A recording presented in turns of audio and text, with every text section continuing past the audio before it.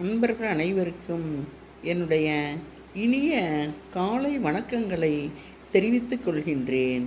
என்னுடைய நண்பர்கள், அன்பர்கள், உறவினர்கள் அனைவருக்கும் நான் என்னுடைய பதிவை எவ்வாறு பதிவிடுகிறேன் என்றால், பிறர்க்கின்னா முற்பகல் செய்யின் தமக்கின்னா பிற்பகல் தாமே வரும். இது திருவள்ளுவர் எழுதிய திருக்குறள். இந்த குறள் மிகவும் ஒரு அர்த்தமுள்ள குறள்.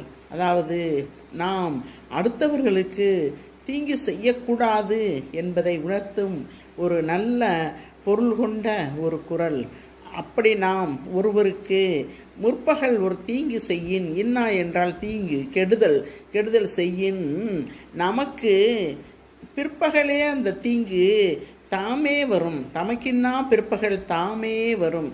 யாரும் கொடுக்க வேண்டியதில்லை. கடவுளே நமக்கு ஒருத்தங்களுக்கு